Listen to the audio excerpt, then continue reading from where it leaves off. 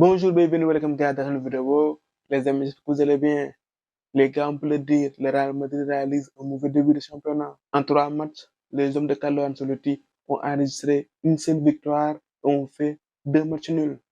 Qu'est-ce qui explique ce retard à l'allumage? Je précise, je ne fais pas cette vidéo pour chercher des excuses au Real.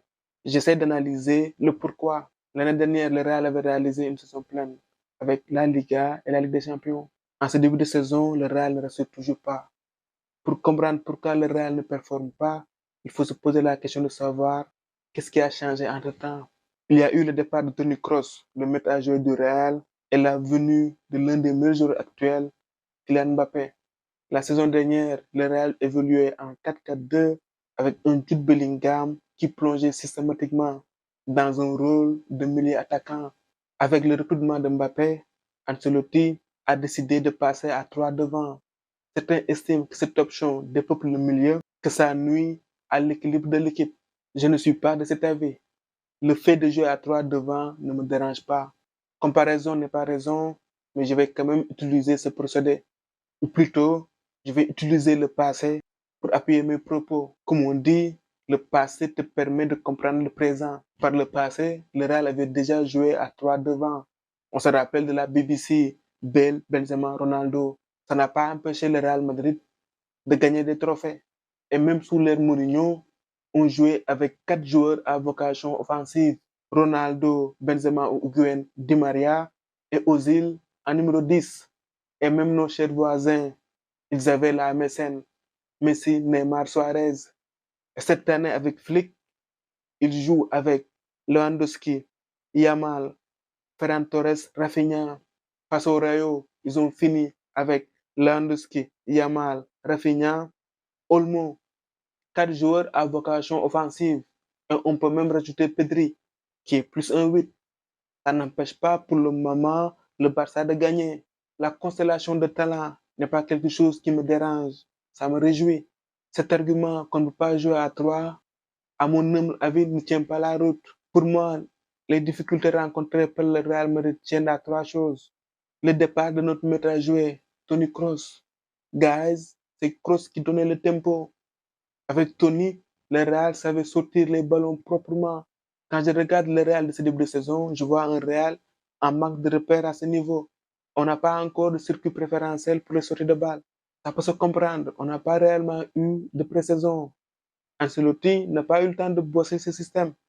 Les gars, cette année, on va jouer différemment. Ancelotti est un coach pragmatique. Le Real va jouer en fonction du profil de ses joueurs. Peut-être qu'on va avoir moins de maîtrise au milieu. Mais offensivement, on est plus armé. Je suis convaincu que le Real est capable de mettre plus de buts que ses adversaires. Jusqu'à ce moment, ça baisse un peu en attaque. On était habitué à jouer avec Kroos. On va vers quelque chose de nouveau. L'inconnu fait peur, mais ce n'est pas parce que c'est nouveau que ce n'est pas bien. Je me rappelle à l'époque des départs de Xabi Alonso, Di Maria, Ozil. Je me disais à l'époque, comment on allait faire pour retrouver ce type de joueur? Mais les amis, en vérité, après, ça s'est très bien passé pour Madrid. Certes, on n'a pas retrouvé ce type de joueur. Le Real a juste joué de façon différente. À cet instant précis, je ne suis pas inquiet. Je me dis juste qu'il y a encore quelques réglages à faire et que l'équipe doit digérer toutes ces nouveautés. Il faut ajouter à cela le fait que tu perds 2 éléments essentiels au milieu. Jude, ton deuxième meilleur joueur de la saison dernière, et Camavinga qui a un profil unique. Don Carlo doit composer avec tous ces problèmes. Le troisième point, c'est l'entente Vini-Mbappé. La question de leur rôle, la question du leader offensif va se poser. Ce n'est pas encore clair. Personne ne va me faire croire qu'à l'heure actuelle, Mbappé est supérieur à Vini ou que Vini est supérieur à Mbappé. Ils ont des niveaux assez similaires.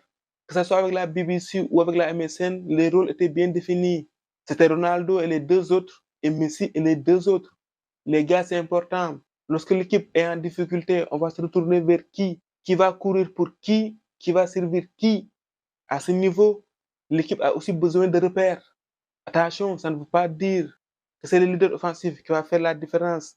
À chaque fois, on l'avait déjà vu sur certains matchs où c'était Bale, Benzema, ou parfois même Ramos qui faisait la différence. Sur l'aspect défensif aussi, c'est important. Quand l'équipe sera amenée à défendre, c'est le main player qui va courir le moins. les autres, ils vont courir entre guillemets pour lui. C'est embêtant pour Carlo, le leader offensif. Ce n'est pas quelque chose qui se décrète. C'est le terrain qui va le définir. À cet instant précis, Vini a un léger avantage. Cela s'explique par son parcours au Real. Face à Las Palmas, il a pris le penalty. Les gars, c'est pas des signes qui trompent. Après, le statut du leader offensif, c'est pas quelque chose de figé. C'est un jeu de pouvoir. On verra au cours de la saison si Vini va garder ce statut. C'est l'un des enjeux de leur relation. Pour le bien de l'équipe, l'un des deux devra accepter d'être le second, d'être dans l'ombre de l'autre. Reste la question de leur entente, de leur compatibilité. Pour moi, le football, c'est un langage universel. Les grands joueurs parlent le même football. Je ne me fais pas de soucis sur leur capacité à pouvoir jouer ensemble.